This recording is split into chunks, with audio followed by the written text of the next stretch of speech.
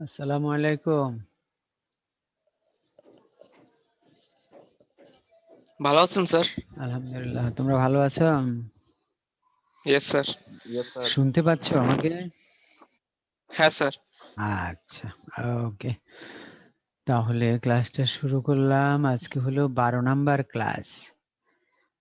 সাধারণ ক্লাস হিসাবে আমাদের এরকম আরেকটা ক্লাস চলবে 13 নাম্বার। এর পরবর্তী ক্লাসগুলো চলবে তোমার সৃজনশীল পর্যায়ে। ওকে? স্যার আসসালামু আলাইকুম। ওয়ালাইকুম আসসালাম। তাহলে স্যার আজ আমাদের যে পরীক্ষাটা হবে স্যার ওটা কিভাবে নেওয়া হবে স্যার? ওটা সম্ভবত আমি এখনো সম্ভবতই বলবো, যেহেতু অফিসিয়ালি কিছু জানানো হয় নাই আমাদেরকে। এমনি আমার নিজের থেকে আমি এটুকু বলতে পারি, তবে এটা কাউকে না বলাই ভালো হবে, যেহেতু এটা অফিসিয়াল না।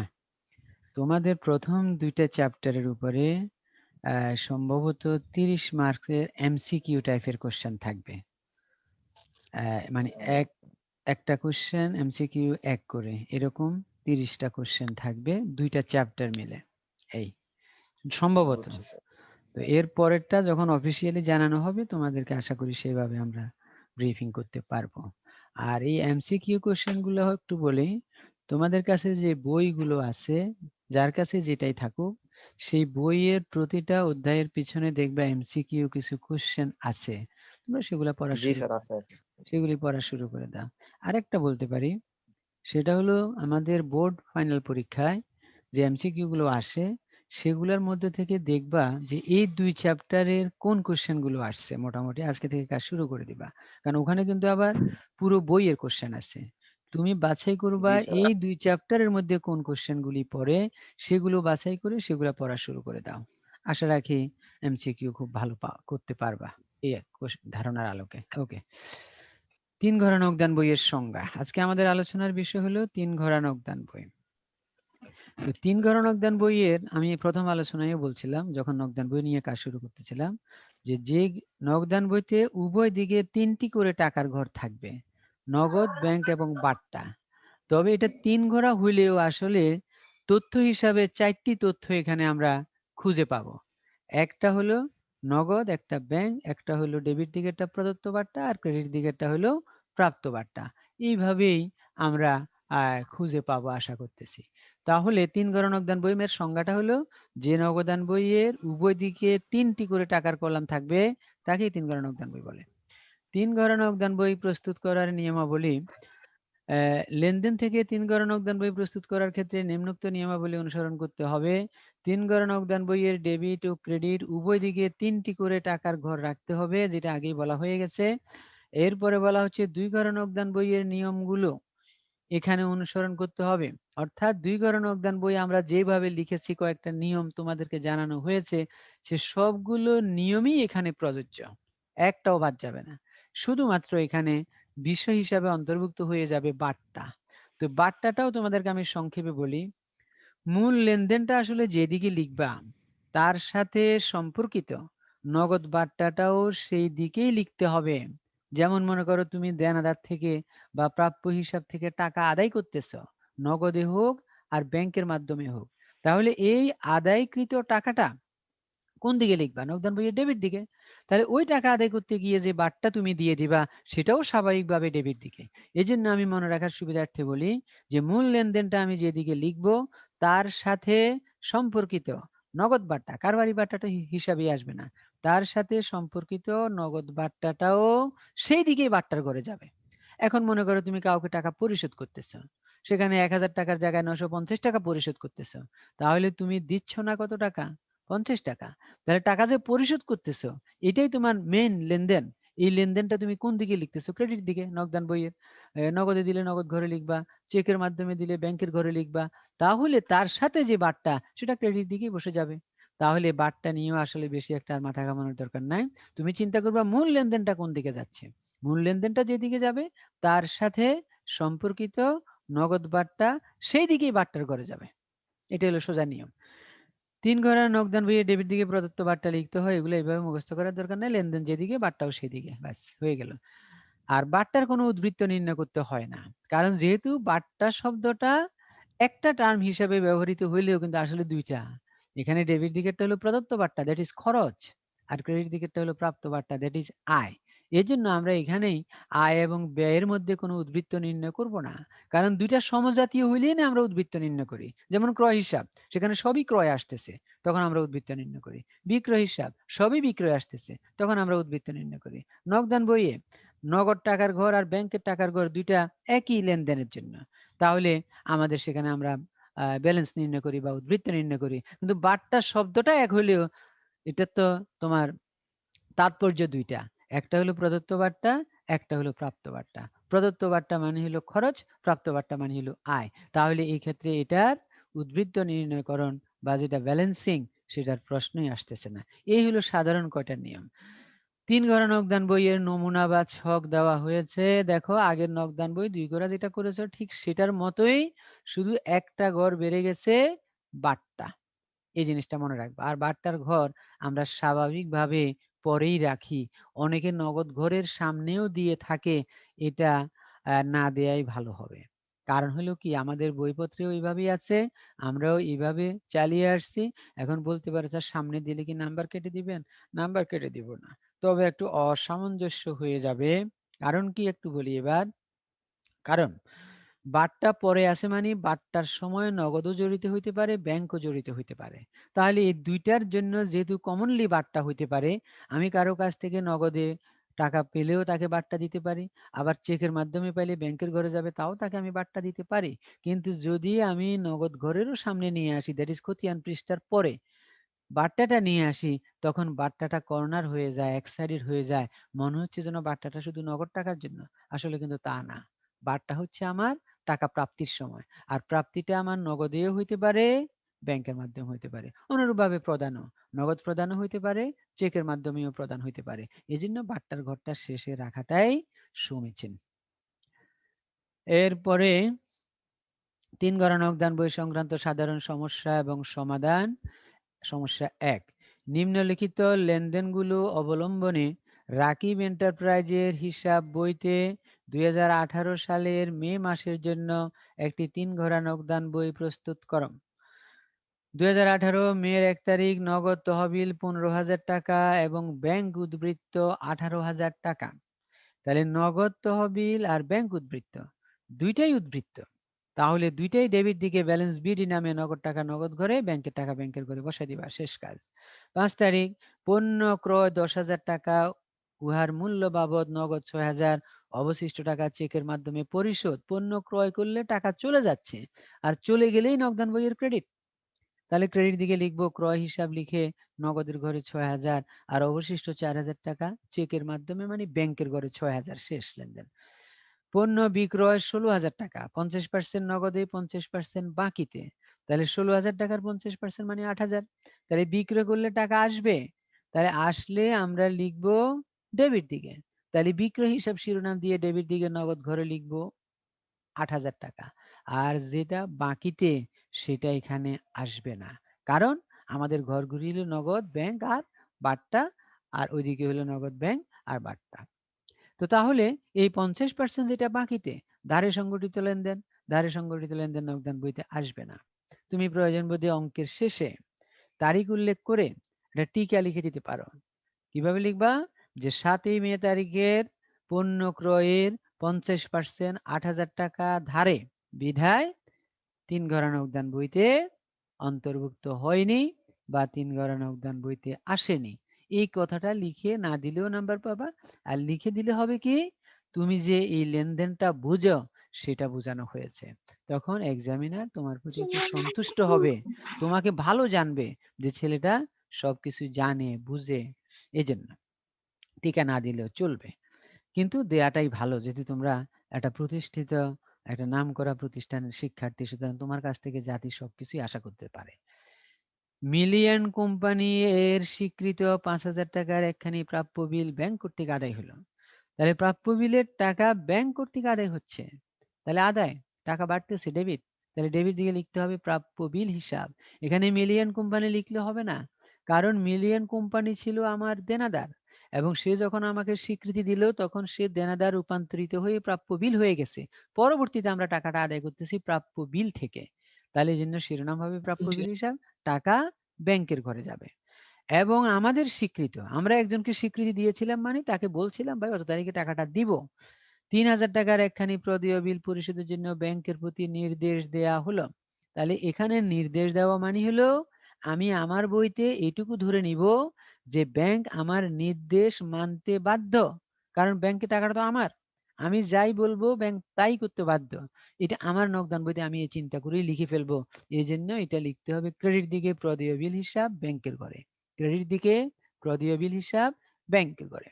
অনেকে বলতে পারে এটা তো এখনো নির্দেশ পরিশোধ তো হয় নাই, তাহলে কেন লিখবো? পরিশোধ হয় নাই সেই খবর তো ব্যাংক জানবে। ব্যাংক যখন জানবে যদি অপরিশোধিত থাকে তাহলে আমাকে জানাবে, তখন আমি আবার উল্টা দিকে লিখে নিব। কিন্তু এখন যদি আমি নির্দেশটা দিলাম আর তাহলে আমি অবশ্যই ধরে নিব যে আমার নির্দেশ ব্যাংক পালন করবে, এই জন্য আমি ক্রেডিট দিকে ব্যাংকের ঘরে বসিয়ে দিব। আর যদি কোনো কারণে ব্যাংক আমার নির্দেশ পালন না করে তাহলে ব্যাংক আমাকে জানাবে যে আপনার এই বিলের টাকা আমরা পরিশোধ করি নাই, তখন আমরা আবার উল্টা দিকে নিয়ে আসবো এন্ট্রি করে, তখন উল্টা দিকে লিখে দিব প্রদেয় বিল হিসাব টাকা ব্যাংকের ঘরে, যে ব্যাংকে যে পরিমাণ টাকা কমিয়ে দিয়েছিলাম যেহেতু ব্যাংক পরিশোধ করে নাই তাহলে আমি নগদান বইতে আবার টাকাটা বৃদ্ধি করে দিলাম, বাড়াই দিলাম। এই হলো কেস। অনেকে বলে কি যে এটা তো নির্দেশ দিয়েছে, এটা কি পরিশোধ হয়েছে? কিন্তু তোমাকে লেনদেনের মোটিভ বুঝতে হবে, এই লেনদেনটা কে করতেছে। আমি আমার বইতে আমার নির্দেশ যদি আমি নিজেই না লিখি তো তাহলে তো আমাকে আমি মানতেছি না। আচ্ছা, ১২ তারিখ ব্যাংক থেকে উত্তোলন করা হলো ৭,০০০ টাকা, যার মধ্যে ব্যক্তিগত প্রয়োজনে উত্তোলন ২,০০০। এটা গতকাল দুই ঘরে নগদান বইতেও আমরা পেয়েছিলাম। তাহলে ব্যাংক থেকে উত্তোলন ৭,০০০, ব্যক্তিগত আছে ২,০০০, তাহলে অফিসের জন্য কত? ৫,০০০। এই অফিসের ৫,০০০ টাকা হবে কন্ট্রা। ডেবিট দিকে ব্যাংক হিসাব লিখে নগদ ঘরে খতিয়ান পৃষ্ঠার করে সি বা ক লিখে দিবা। আর ক্রেডিট দিকে নগদান হিসাব লিখে ব্যাংকের ঘরে ৫,০০০। তার যে ২,০০০ টাকা ব্যক্তিগত সেটা লিখবা উত্তোলন হিসাব, মানে ১২ তারিখ ক্রেডিট দিকে দুইবার লিখতে হবে, একবার নগদান হিসাব ব্যাংকের ঘরে ৫,০০০, আরেকবার উত্তোলন হিসাব ব্যাংকের ঘরে ২,০০০। ৫,০০০ এর সামনে ক বা সি লিখতে হবে, আর উত্তোলন যেটা এটার সামনে কিছু লিখতে হবে না। রূপসা এন্ড কোম্পানি এর নিকট হতে তাদের ৮,০০০ টাকা দেনার পূর্ণ নিষ্পত্তি সাপেক্ষে নগদে ৪,০০০ টাকা এবং ৩,৭০০ টাকার একখানি চেক পাওয়া গেল। তাহলে পাওয়া গেছে, আসতেছে ডেবিট দিকে, তাহলে লিখবো কি? প্রাপ্য হিসাব রূপসা এন্ড কোম্পানি, অথবা শুধু রূপসা এন্ড কোম্পানি, তবে প্রাপ্য হিসাব রূপসা এন্ড কোম্পানির লিখাটাই ভালো। আচ্ছা, নগদে পেয়েছি ৪,০০০ নগদ ঘরে, চেকের মাধ্যমে পেয়েছি ৩,৭০০, এটা ব্যাংকের ঘরে, আর পাই নাই দেখা যাচ্ছে ৩০০ টাকা। এই ৩০০ টাকা বাট্টার ঘরে। ওই যে লেনদেন যেদিকে তার সাথে যদি বাট্টা থাকে বাট্টাটাও সেই দিকেই বসাইতে হবে, সেই থিওরিতে। আর যদি অ্যাকাউন্টিং এর পুরো থিওরি মানো তাহলে বলবো প্রদত্ত বাট্টা খরচ ডেবিট, যে কোনো খরচই ডেবিট হয়, প্রদত্ত বাট্টা খরচ এই কারণে ডেবিট। যদি তুমি অ্যাকাউন্টিং দিয়ে বুঝতে চাও সেটাই হলো উচিত কথা, কিন্তু আমরা সাধারণভাবে ছাত্রছাত্রীদের সুবিধার্থে অনেক সময় যে বাছাই করতে পারে না যেটা কোন দিকে যাবে, তখন বলে দিই লেনদেন যেদিকে বাট্টাও সেদিকে। কিন্তু এমনি লজিক হলো, অ্যাকাউন্টিং এর যুক্তি হলো প্রদত্ত বাট্টা এটা খরচ বোঝাক, যে কোনো খরচ ডেবিট। মিনহাজ এন্ড কোম্পানিকে তাদের ৭,০০০ টাকা পাওনার পূর্ণ নিষ্পত্তিতে নগদ ২,০০০ টাকা এবং ৪,৫০০ টাকার একখানি চেক প্রদান করা হলো। তাহলে মিনহাজ এন্ড কোম্পানিকে তাদের ৭,০০০ টাকা পাওনার পূর্ণ নিষ্পত্তিতে নগদ ২,০০০ টাকা এবং ৪,৫০০ টাকার একখানি চেক প্রদান, তাহলে টাকাটা দিচ্ছি, দিলে ক্রেডিট। তাহলে আমরা দিচ্ছি কত টাকা? মোট ৬,৫০০ দেখা যাচ্ছে, আর দেই নাই ৫০০।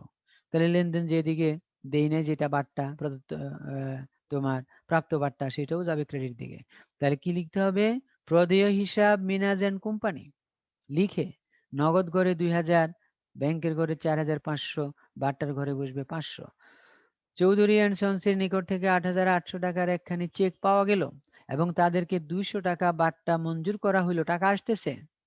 তাহলে আমরা পেয়েছি কত? ৮,৮০০। তাহলে ডেবিট দিকে প্রাপ্য হিসাব চৌধুরী অ্যান্ড সন্স, ব্যাংকের ঘরে ৮,৮০০ আর বাট্টার ঘরে ২০০।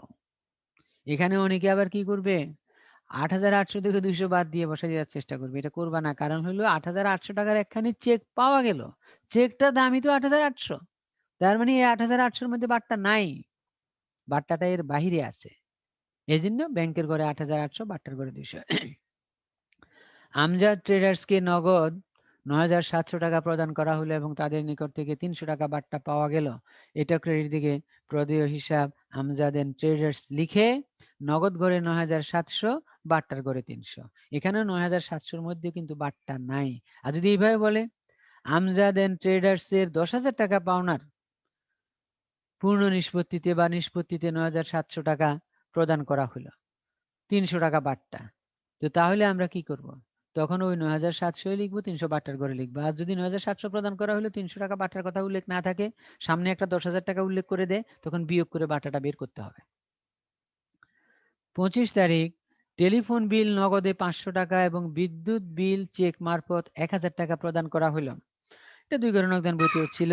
তাহলে ক্রেডিট দিকে যাবে টেলিফোন বিল অথবা টেলিফোন খরচ যাই লিখো নগদ ঘরে ৫০০, আর বিদ্যুৎ বিল চেক মারফত, তাহলে বিদ্যুৎ খরচ হিসাব বা বিদ্যুৎ বিল হিসাব যাই লিখো তুমি, তবে খরচ লিখাটাই বেটার। লিখে এটা ব্যাংকের ঘরে চেক মারফত। ব্যাংক কর্তৃক মঞ্জুরিকৃত সুদ, ব্যাংক সুদ মঞ্জুর করা মানে আমাকে টাকা দিচ্ছে ব্যাংক, তাহলে আমার টাকা বেড়ে যাচ্ছে। তাহলে ৩০ তারিখ ডেবিট দিকে ব্যাংক সুদ হিসাব লিখে ব্যাংকের ঘরে যাবে ৫০০, কারণ ব্যাংক যে সুদ দেয় সেই সুদ কিন্তু আমাকে এসে দিয়ে যাবে না, আমার অ্যাকাউন্টে জমা করবে, তাহলে আমার অ্যাকাউন্ট বৃদ্ধি পাচ্ছে, তাহলে এই জন্য ব্যাংক সুদ লিখে ব্যাংকের ঘরে ৫০০। আর ধার্যকৃত চার্জ যেটা, এটা ব্যাংক আমার উপর থেকে কেটে নিচ্ছে বিভিন্ন কারণে, তাহলে এটা ব্যাংক চার্জ লিখে ক্রেডিট দিকে ব্যাংকের ঘরে। কারণ একটা কথা মনে রাখবা, ব্যাংক মঞ্জুর করলেও সেটা তোমাকে বাসায় এসে দিয়ে যাবে না, ক্যাশ লেনদেন হবে না। আবার ব্যাংক যদি চার্জ করে সেটাও তোমার কাছ থেকে এসে নিয়ে যাবে না, ওই অ্যাকাউন্ট থেকেই নিয়ে যাবে। এই জন্য এই জিনিসটা একটু খেয়াল করতে হবে। এরপরে এটার ব্যালেন্সিং করা হয়েছে, দেখো লেনদেনগুলির ব্যালেন্সিং করার সময় ডেবিট দিক বড় দুইটা ঘরেরই, আর বারটা তো হলো জাস্ট যোগ করে রাখবো, যোগ করা হয়েছে। ডেবিট দিকে নগদ ঘর ৩২,০০০, এই ৩২,০০০ টাকায় ক্রেডিট দিকে আনা হয়েছে, দেখো ৩২,০০০, তারপরে বিয়োগ করে অর্থাৎ শুরু থেকে তোমার টেলিফোন বিল পর্যন্ত ৫০০ টাকার হিসাব বাদ দিয়ে ১৩,৮০০ লিখা হয়েছে ব্যালেন্স সিডি। অনুরূপভাবে ব্যাংকের ঘরের যোগফল ৩৬,০০০, এই ৩৬,০০০ টাকা ক্রেডিট দিকে বসিয়ে আবার ওই যে ব্যাংক চার্জ পর্যন্ত সকল লেনদেন বিয়োগ করে ১৬,২০০, এটাও ব্যালেন্স সিডি। তো ব্যালেন্স সিডি একবার লিখলেই চলবে, যেহেতু দুইটা একই দিকে ব্যালেন্স হয়েছে, কিন্তু মাঝে মধ্যে ভিন্ন দিকেও হইতে পারে, তখন তোমার ডেবিট দিকেও লিখতে হবে ব্যালেন্স সিডি, ক্রেডিট দিকেও লিখতে হবে ব্যালেন্স সিডি। এই জন্য আমাদেরকে খেয়াল রাখতে হবে, নগদ ঘর সবসময় ডেবিট দিক বড় হবে, এটা কনফার্ম, কিন্তু ব্যাংকের ঘর ডেবিটও বড় হইতে পারে, ক্রেডিটও বড় হইতে পারে। আর বাট্টার ঘরগুলি দেখো, ডেবিট দিকের বাট্টা ৫০০, ক্রেডিট দিকের বাট্টা ৮০০, যোগ করে বন্ধ করে দেওয়া হয়েছে। বাট্টার নিচেও কিন্তু ২ দাগ দেওয়া হয়েছে, দেখো এগুলাকে বলা হয় ক্লোজিং লাইন। অনেকে বলে কি এই বাট্টার নিচে ক্লোজিং লাইন দেয়া যাবে না, অবশ্যই দিতে হবে। কারণ ক্লোজিং লাইন মানে হলো আমি যে একটা কাজ করলাম, যোগ বিয়োগ করলাম, এটা এই লেনদেনটা এখানে শেষ করলাম, এটা ব্যালেন্স হবে না। অনেকে এই দুইটা লাইনকে জের টানা বলে, এটা জের টানা না, জের মানে হলো উদ্বৃত্ত, টানা মানে হলো টেনে নিচে নামানো। যেমন দেখো এই যে আমরা জুলাইয়ের ১ তারিখ ডেবিট দিকে ব্যালেন্স বিডি লিখেছি, এটাকে বলা হয় জের টানা। হ্যাঁ, তাহলে জের বাট্টার টানা হবে না, কিন্তু ক্লোজিং লাইন বাট্টার ঘরেও দিতে হবে, দেখো দেয়া হয়েছে। কারণ ক্লোজিং লাইন মানে হলো আমি একটা কাজ করলাম, সেটা সমাপনী করে দিলাম, এটা শেষ করে দিলাম, যাতে অন্য কেউ এখানে আর কিছু লিখতে না পারে। এই এরপরে আসো এবার ২ নাম্বার সমস্যা। নিম্নলিখিত লেনদেনগুলো অবলম্বনে জসিম এন্টারপ্রাইজের হিসাব বইতে ২০১৮ সালের মে মাসের জন্য একটি ৩ ঘরা নগদান বই প্রস্তুত করো। ২০১৮ মে ১ প্রারম্ভিক হাতে নগদ ৫,০০০ টাকা এবং ব্যাংক জমার ক্রেডিট ব্যালেন্স। এবার দেখো ব্যাংক জমাটা কিন্তু ক্রেডিট ব্যালেন্স, ডেবিট ব্যালেন্স না। তাহলে এই অঙ্কটার সমাধান করতে গেলে মে মাসের ১ তারিখ ডেবিট দিকে লিখতে হবে ব্যালেন্স বিডি নগদ ঘরে ৫,০০০, আর ব্যাংকেরটা ডেবিট দিকে আসবে না, এটাও ব্যালেন্স বিডি শিরোনামে কোন দিকে লিখতে হবে, ক্রেডিট দিকে ব্যাংকের ঘরে ৩,০০০। ২ তারিখ নগদ বিক্রয় ৭,০০০, ধারে বিক্রয় ৩,০০০, বিক্রয় করলে টাকা আসতেছে, তাহলে ডেবিট দিকে নগদ ঘরে লিখতে হবে বিক্রয় হিসাব ৭,০০০, ধারের অংশটা আসবে না। প্রারম্ভিক ব্যাংক জমা অতিরিক্তের সম্পূর্ণ অর্থ ব্যাংকে জমা দেয়া হলো, তাহলে কত জমা দিছি এটা উল্লেখ নাই, সেটার জন্য তারা আমাদেরকে ইঙ্গিত করতেছে প্রারম্ভিক ব্যাংক জমা অতিরিক্তের সম্পূর্ণ অর্থ ব্যাংকে জমা দেওয়া হলো। তো প্রারম্ভিক ব্যাংক জমা অতিরিক্ত মানে তো ৩,০০০, এই ৩,০০০ টাকা আমরা ব্যাংকে জমা দিয়ে দিচ্ছি। তো জমা দিলে, টাকা জমা দিলে যা এন্ট্রি হবে, জমা অতিরিক্তের টাকার জন্য টাকা জমা দিলেও তাই এন্ট্রি হবে, দ্যাট ইজ কন্ট্রা এন্ট্রি। তাহলে ৫ তারিখ ডেবিট দিকে লিখতে হবে নগদান হিসাব ব্যাংকের ঘরে ৩,০০০, খতিয়ান পৃষ্ঠায় সি লিখতে হবে। আবার ক্রেডিট দিকে তোমার লিখতে হবে ব্যাংক হিসাব লিখে নগদ ঘরে ৩,০০০, কন্ট্রা এন্ট্রি। তাহলে আমি আবার রিপিট করি, ব্যাংকে স্বাভাবিকভাবে টাকা জমা দিলেও কন্ট্রা হবে, আর যদি ব্যাংক জমাতিরিক্ত পরিশোধ করা হয় বা ব্যাংকের ঋণ পরিশোধ করা হয় তাও কন্ট্রা হবে। কারণ ব্যাংকের ঋণ পরিশোধ করা মানে কি, আমি ব্যাংকে টাকাটা জমা দিচ্ছি আমার ব্যাংকে। আবার যদি এখন এটা হইতে পারে, তুমি মনে করো সোনালী ব্যাংকের 3 গড়া নগদান বই সংরক্ষণ করতেছো, কিন্তু তুমি পূবালী ব্যাংকে ঋণের টাকা পরিশোধ করতেছো, সেটা কিন্তু কন্ট্রা হবে না।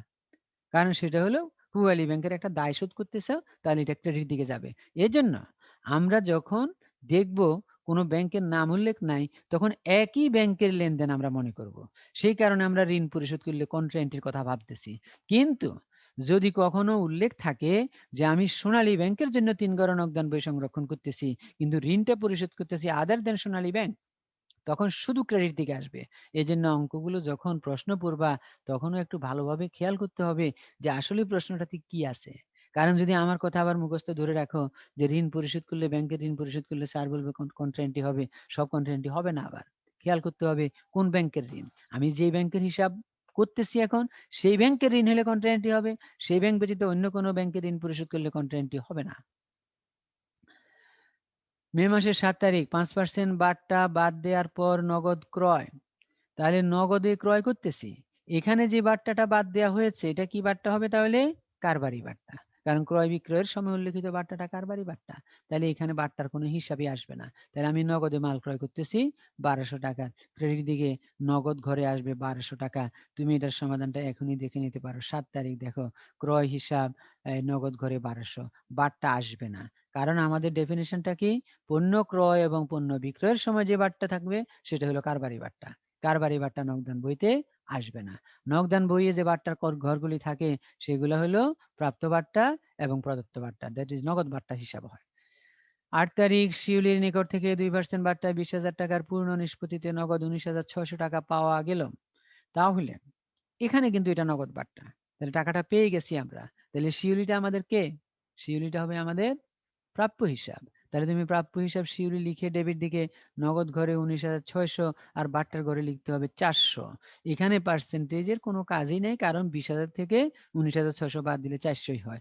আর যদি মনে করো 19,600 দেওয়া নাই, তখন তুমি কি করতে হবে, 20,000 টাকার 2% নির্ণয় করলে 400 বাইর হবে। তাহলে এই 400ই বাট্টার ঘরে যাবে, আর 20,000 থেকে 400 বাদ দিলে 19,600 হবে, সেটা নগদ ঘরে বসবে। এখন সবই দিয়ে দিছে তথ্য, যার কারণে পার্সেন্টেজের কোনো কাজ নাই। কিন্তু মাঝে মধ্যে বলবে শিউলির নিকট থেকে 2% বাট্টায় 20,000 টাকার পূর্ণ নিষ্পত্তিতে নগদ পাওয়া গেল, টাকাটা উল্লেখ করলো না। তখন তুমি 20,000 টাকার উপরে 2% হিসাব করে সেটা 20,000 থেকে বাদ দিতে হবে, সেটা হবে নগদ ঘরে, বা চেকে পাইলে ব্যাংকের ঘরে। আর যেটা বাট্টা নির্ণয় করলা সেটা বাট্টার ঘরে আসবে। 10 তারিখ একটি প্রাপ্য বিল আদায়ের জন্য ব্যাংকে জমা দেওয়া হলো।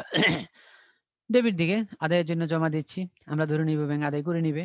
তাহলে ডেবিট দিকে আসবে প্রাপ্য বিল হিসাব ব্যাংকের ঘরে 3,000। আমাদের দেনা 2,000 টাকা 5% বাট্টায় চেকের মাধ্যমে পরিশোধ করা হলো। আমাদের দেনা 2,000 টাকা, আমরা দেনা আছি 2,000, 5% বাট্টা চেকের মাধ্যমে পরিশোধ, এখানে বাট্টাটা কিন্তু নগদ বাট্টা। তাহলে 2,000 টাকার 5% বের করতে হবে, 100 টাকা হবে। এই 100 টাকা বাদ দিলে তাহলে পরিশোধ করতেছি কত, 1900 টাকা। তাহলে বাট্টার ঘরে যাবে 100, আর চেকের মাধ্যমে বিদায় ব্যাংকের ঘরে যাবে 1900 টাকা। এটাও এখনই দেখে নাও। 12 তারিখ সমাধানের মধ্যে যাও, দেখো ক্রেডিট দিকে প্রদেয় হিসাব ব্যাংকের ঘরে 1900, বাট্টার ঘরে 100। এরপরে কর্মচারীদের বেতন নগদে প্রদান করা হলো, তাহলে ক্রেডিট দিকে বেতন খরচ বা বেতন হিসাব লিখে নগদ ঘরে 5,000। চেকের মাধ্যমে লভ্যাংশ প্রাপ্তি, লভ্যাংশ আমরা পেয়েছি চেকের মাধ্যমে, চেকের মাধ্যমে প্রাপ্তি মানে হলো ব্যাংকের ঘর, তার মানে লভ্যাংশ হিসাব লিখে বা লভ্যাংশ আয় হিসাব লিখবা বা লভ্যাংশ প্রাপ্তি হিসাব লিখবা, ব্যাংকের ঘরে লিখবা। মে মাসের 10 তারিখের 3,000 টাকার বিলটি প্রত্যাখ্যাত হলো। মে মাসের 10 তারিখের বিলটি হলো আদায়ের জন্য ব্যাংকে জমা দিয়েছিলাম, এখন খবর আসলো আদায় হয় নাই, প্রত্যাখ্যান। তাহলে যখন জমা দিয়েছিলাম তখন ডেবিট করেছিলাম, ডেবিট দিকে ব্যাংকের ঘরে, এখন আদায় হয় নাই, তাহলে ক্রেডিট দিকে। তবে শিরোনাম হবে প্রাপ্য হিসাব। কারণ আমাদের যখন বিল প্রত্যাখ্যাত হয় তখন আমরা আমাদের প্রাপ্য হিসাবকে ঘটনার জন্য দায়ী করি, দ্যাট ইজ আমাদের যাবে, যেটা হবে প্রাপ্য হিসাব ডেবিট, প্রাপ্য নোট অথবা প্রাপ্য বিল হিসাব হয় ক্রেডিট। তো যার কারণে আমাদের এটা যেহেতু ব্যাংকে চলে গেছে, তাহলে আমাদের এন্ট্রিটা হচ্ছে এরকম, তোমার প্রাপ্য হিসাব ডেবিট, ব্যাংক হিসাব ক্রেডিট। তাহলে ব্যাংকের ক্রেডিট দিকে লিখতে হবে প্রাপ্য হিসাব। অনেকে প্রত্যাখ্যাত বিল লিখে, এটা হবে না। ব্যাংক কর্তৃক জীবন বীমার প্রিমিয়াম প্রদান, ক্রেডিট দিকে ব্যাংকের ঘরে জীবন বীমার প্রিমিয়ামের আমরা জীবন বীমার প্রিমিয়াম নাম দিয়ে না লিখবো না, কারণ এটা জীবন্ত মালিকের। তাহলে উত্তোলন হিসাব শিরোনামে আসবে ক্রেডিট দিকে ব্যাংকের ঘরে। মে মাসের 12 তারিখে ইস্যুকৃত চেকটি প্রত্যাখ্যাত হলো। আমরা একটা চেক দিয়েছিলাম 12 তারিখে 1900 টাকার, 5% বাট্টা বাদ দিয়ে, এটা প্রত্যাখ্যান হয়ে গেছে। তাহলে ইস্যু করলে যেহেতু ক্রেডিট খরচ ছিল, এখন যেহেতু প্রত্যাখ্যান হয়ে গেছে আবার ডেবিট, তাহলে ইস্যু করেছিলাম কাকে? আমাদের প্রদেয় হিসাবকে। তাহলে এখন ডেবিট দিকে প্রদেয় হিসাব লিখে ব্যাংকের ঘরে টাকা হবে 1900 টাকা, বাট্টা আসবে না। কিন্তু অনাদায়ী পাওনা ধার্য করা হলে এটা আসবে না, কারণ অনাদায়ী পাওনা ধার্য করলে কি জাবেদা হয়? অনাদায়ী পাওনা হিসাব ডেবিট, প্রাপ্য হিসাব ক্রেডিট। তাহলে এটা আমাদের যে ঘরগুলি আছে নগদ ব্যাংক বাট্টা তার সাথে জড়িত না, এটা আসবে না। ধারে পণ্য ক্রয় করা হলো 5000 টাকা, নগদে পরিবহন খরচ দেয়া হলো 400 টাকা। ধারে পণ্য ক্রয় করেছি, এটা আসবে না। নগদে যে পরিবহন খরচ দিয়েছি এটা আসবে 29 তারিখ ক্রেডিট দিকে পরিবহন খরচ বা ক্রয় পরিবহন বা আন্ত পরিবহন তুমি যাই লিখো 400 টাকা, কিন্তু 5000 টাকার লেনদেনটা আসবে না, কারণ 5000 টাকার পণ্যটা ধারে কিনেছি আমরা। ব্যাংক জমাতিরিক্ত উত্তোলনের উপর 100 টাকা সুদ ধার্য করলো। সুদ ধার্য করা মানে আমাদের থেকে কাটবে, তাহলে ক্রেডিট দিকে ধার্যকৃত সুদ বা জমাতিরিক্তের সুদ লিখে ক্রেডিট দিকে ব্যাংকের ঘরে। সমাপনী নগদ উদ্বৃত্তের অর্ধেক টাকা ব্যাংকে জমা দেয়া হলো। তাহলে সমাপনী নগদ উদ্বৃত্ত তো এখন আমরা জানি না, তাহলে কি করতে হবে? এর আগেও 2 ঘর নগদান বইতে একটা কথা বলছিলাম। এই মুহূর্তে নগদ ঘরের ডেবিট দিকের যোগফল থেকে নগদ ঘরের ক্রেডিট দিকের যোগফল বাদ দিতে হবে। বাদ দিয়ে যে টাকাটা আসবে তার অর্ধেক বানাইতে হবে। অর্ধেক হাতে থাকবে আর অর্ধেক জমা দিব। তাহলে যেটা জমা দিব সেটার জন্য তখন একটা কন্ট্রা এন্ট্রি হবে। তাহলে আমি এন্ট্রিটা আগে বলে নিই। এন্ট্রিটা হবে ডেবিট দিকে লিখতে হবে নগদান হিসাব ব্যাংকের ঘরে টাকা, এখনো জানি না, আমরা গণনা দেখে বলতেছি। আর ক্রেডিট দিকে হবে ব্যাংক হিসাব নগদ ঘরে টাকা। তাহলে এখন তুমি সমাধানটাও একটু করে দেখে নাও, আর হলো গণনাটা একটু দেখো যে 31 মে তারিখে ব্যাংকে জমাকৃত টাকার পরিমাণ নির্ণয়। দেখো মোট নগদ প্রাপ্তি ডেবিট দিকে যোগফল 31,600 আর মোট নগদ প্রদান ক্রেডিট দিকে যোগফল 9,600। তাহলে সমাপনী নগদ বৃত্ত স্বাভাবিকভাবে হওয়ার কথা 22,000, এটার অর্ধেক আমরা হাতে রাখবো আর অর্ধেক জমা দিব। তাহলে 2 ভাগ করব, 2 ভাগ করা হয়েছে, তার মানে 11,000 টাকা আমাদের হাতেও থাকবে ব্যালেন্স হিসাবে, আর 11,000 টাকা আমরা ব্যাংকে জমা দিব। তো আমরা কন্ট্রা এন্ট্রিটা লিখে রেখেছিলাম, দেখো ডেবিট দিকে লিখে রেখেছিলাম মে মাসের 31 তারিখ নগদান হিসাব, দেখো ব্যাংকের ঘরে 11,000, আবার ক্রেডিট দিকে ব্যাংক হিসাব নগদের ঘরে 11,000, এরপরে স্বাভাবিকভাবে যোগ বিয়োগ করে ব্যালেন্স করা হয়েছে। তারপরে ব্যালেন্স সিডি, ব্যালেন্স বিডি, আর বাট্টা কখনো ব্যালেন্স হয় না, শুধু সমাপনী রেখা টেনে দিতে হবে, সেটাই করা হয়েছে। সমস্যা 3 দেখো, নিম্নলিখিত লেনদেনগুলো অবলম্বনে হাকিম এন্টারপ্রাইজের হিসাব বইতে 2018 সালের মে মাসের জন্য একটি 3 ঘরা নগদান বই প্রস্তুত করো। মে মাসের 1 তারিখ প্রারম্ভিক নগদ তহবিল 27,000, প্রারম্ভিক ব্যাংক জমাতিরিক্ত, তার মানে দুইটা ব্যালেন্স দুই দিকে যাবে শুরুতে, ডেবিট দিকে নগদ ঘরে ব্যালেন্স বিডি, ক্রেডিট দিকে ব্যাংকের ঘরে ব্যালেন্স বিডি নামে 10,000। 5% বাট্টা বাদে নগদে ক্রয়, তো বাট্টা তো বাদ দিছি, তাহলে নগদে ক্রয় করলাম, ডেবিট দিয়ে ক্রেডিট দিকে ক্রয় হিসাব নগদ ঘরে 10,500। 10% বাট্টায় 20,000 টাকার পণ্য বিক্রয় করে নগদ 10,000 টাকা অবশিষ্ট টাকা চেক মারফত পাওয়া গেল, তাহলে ডেবিট দিকে। তাহলে 10% বাট্টায় 20,000 টাকার পণ্য বিক্রয়, পণ্যটার দাম ছিল 20,000, 10% মানে 2,000, 2,000 বাদ দাও, তাহলে হবে 18,000 টাকা পণ্যের দাম। 18,000 এর মধ্যে আমরা নগদে পেয়েছি 10,000, অবশিষ্ট কত? তাহলে 8,000, 8,000 টাকা ব্যাংকের ঘরে। বাট্টা এখানে আসবে না, কারণ ক্রয় বিক্রয়ের সময় বাট্টা কারবারি বাট্টা আসবে না, শুধু বাদ গেছে। 5 তারিখ 8,000 টাকার পণ্য ক্রয় করে একটি বিলের স্বীকৃতি দেওয়া হলো এবং 7,000 টাকার পণ্য বিক্রয় করে একটি বিলের স্বীকৃতি পাওয়া গেল, আসবে না। বিলের স্বীকৃতি দেয়া, বিলের স্বীকৃতি পাওয়া কোনোটাই নগদ লেনদেন নয়, আসবে না। মে মাসের 5 তারিখে প্রাপ্ত বিলের অর্থ নগদে আদায় হলো। এই যে 5 তারিখে যে একটা বিল আমরা পেয়েছিলাম, কিভাবে? পণ্য বিক্রয় করে, কত টাকার? 7,000 টাকার পণ্য বিক্রয় করে একটি বিলের স্বীকৃতি, সেই টাকাটা এখন আমরা নগদে পেয়ে গেছি। তাহলে 10 তারিখ ডেবিট দিকে লিখতে হবে প্রাপ্য বিল হিসাব নগদ ঘরে 7,000। এরপরে হলো ব্যাংক থেকে উত্তোলন ব্যক্তিগত প্রয়োজনে 7,000, আর বলা হচ্ছে অফিসের প্রয়োজনে হলো 4,000। তাহলে ক্রেডিট দিকে ব্যক্তিগতটা আগে লিখে দাও, উত্তোলন নামে ব্যাংকের ঘরে 7,000, আর অফিসেরটা কন্ট্রা, ডেবিট দিকে ব্যাংক হিসাব নগদের ঘরে 4,000, আবার ক্রেডিট দিকে তোমার নগদান হিসাব লিখে ব্যাংকের ঘরে 4000, এটা কন্ট্রা ক লিখতে হবে বা সি লিখতে হবে। কারবার থেকে নগদ উত্তোলন, কারবার থেকে নগদ উত্তোলন মানে মালিক তুলে কারবার থেকে, অন্য কেউ তুললে এটা চুরি হবে, উত্তোলন হবে না।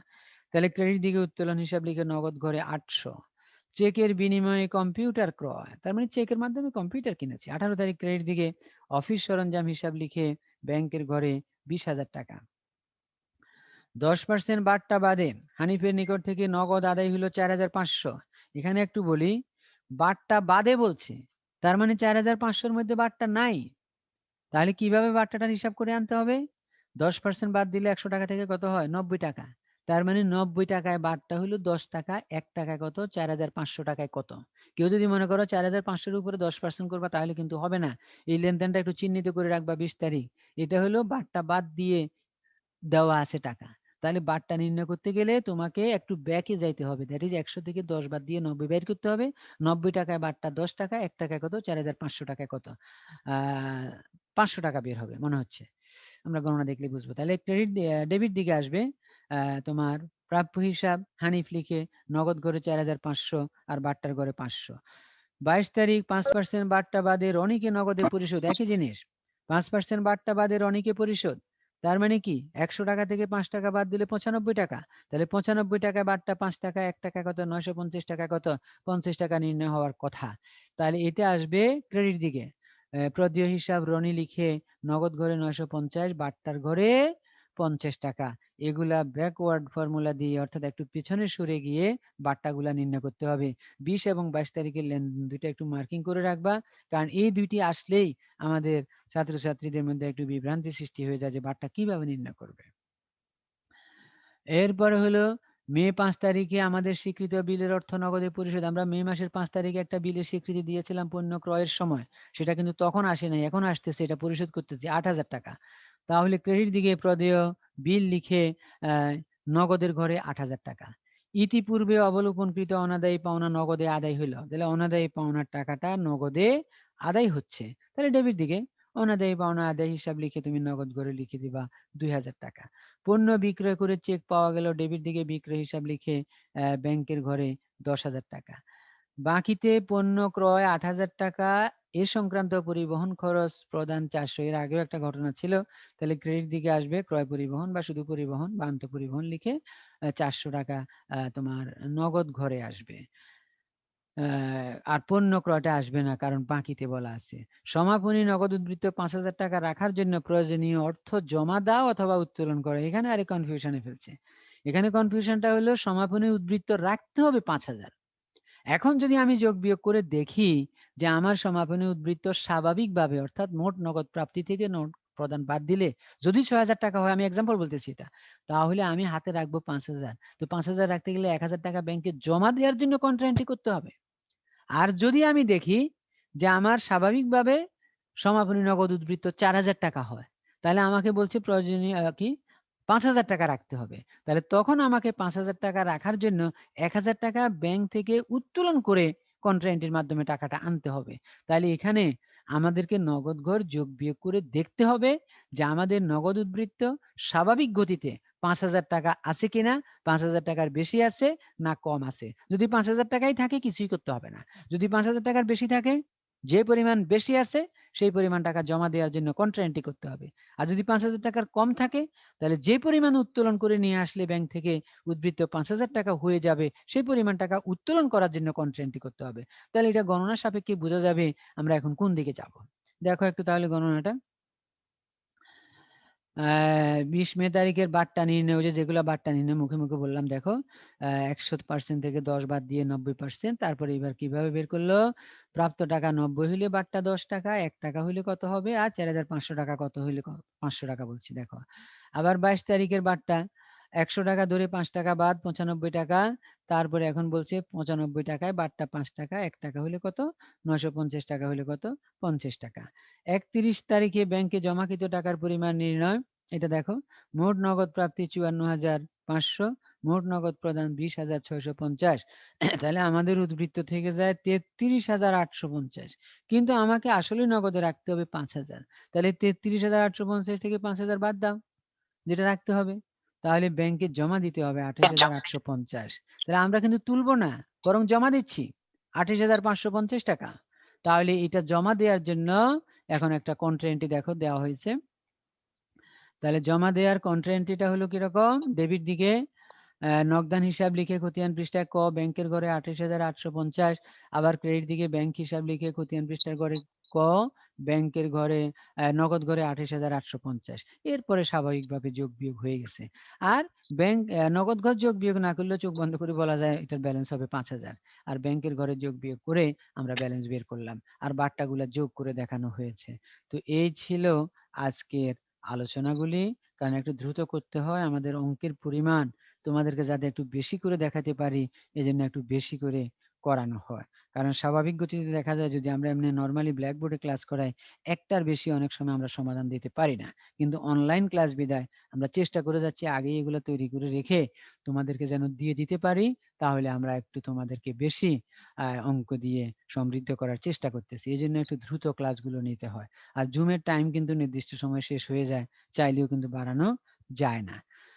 তোমাদের কারো কোশ্চেন থাকলে শুধুমাত্র 1 মিনিট সময় দেওয়া যাবে, কারণ আমার হাতে আছে আর 3 মিনিট 30 সেকেন্ড। কারো প্রশ্ন আছে? স্যার নেক্সট মান্থের এক্সামে স্যার কোন চ্যাপ্টারের উপর পরীক্ষা হবে? প্রথম 2 চ্যাপ্টারের এমসিকিউ 30টা থাকবে, 30টাই অ্যান্সার করতে হবে এক এক করে। ওকে প্রথম স্যার। 2 চ্যাপ্টার। আর কারো প্রশ্ন আছে?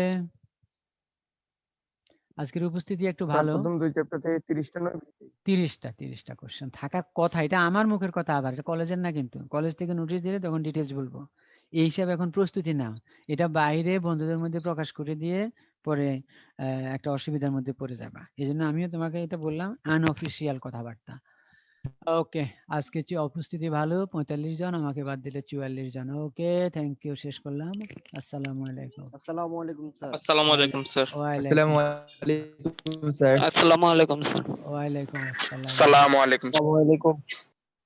ওয়ালাইকুম আসসালাম।